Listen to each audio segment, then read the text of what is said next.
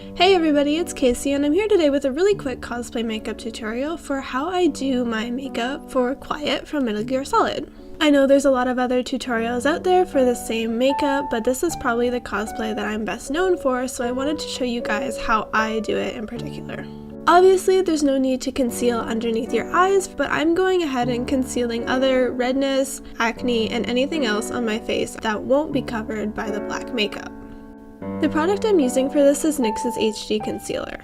I find it tends to crease if I use it to cover dark circles, but anywhere else on my face it looks fine. I'm skipping foundation in this tutorial because I personally don't wear it very often, but you can always go ahead and make that your first step. If you're going to be taking photos with flash, I highly recommend starting out with foundation.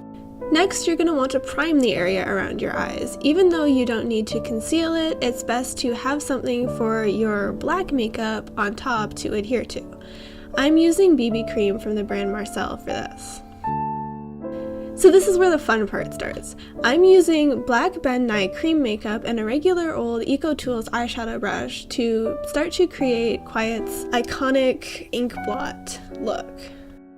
The Ben Nye makeup might seem a little bit pricey, but I think it's absolutely worth it. A little bit goes a long way, and I strongly advise against using eyeshadow to try to create this. I've used eyeshadow for this look in the past and it was incredibly messy and not worth it. Cream makeup is also great for making this look smudged and strokey because you really want to avoid the edges of your makeup looking too neat and tidy. My best tips for this step is to keep in mind that the makeup should be shaped sort of like a butterfly, and also that you don't have to follow exactly the same pattern that you see in a reference photo if you're using one. Every time I've worn this makeup, it's looked a little bit different, but I think that adds to the realisticness of it.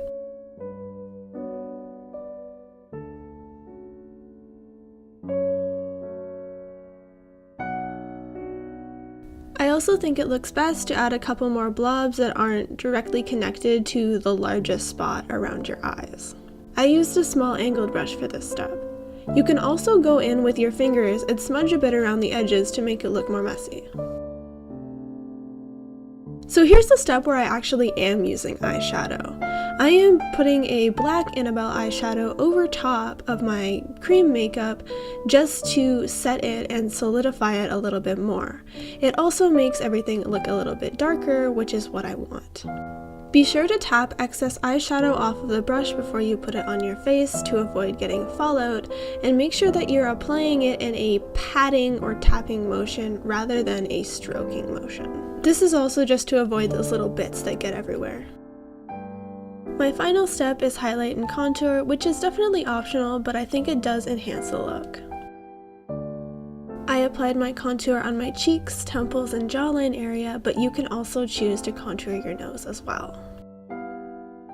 Finally, I'm using my favorite highlighter, which is from ColourPop, and it's called a Flexitarian. I'm using a fan brush to lightly dust the product on my cheekbones, nose, forehead, and a little bit on my chin. If you're having your photo taken, maybe go easy on the highlighter.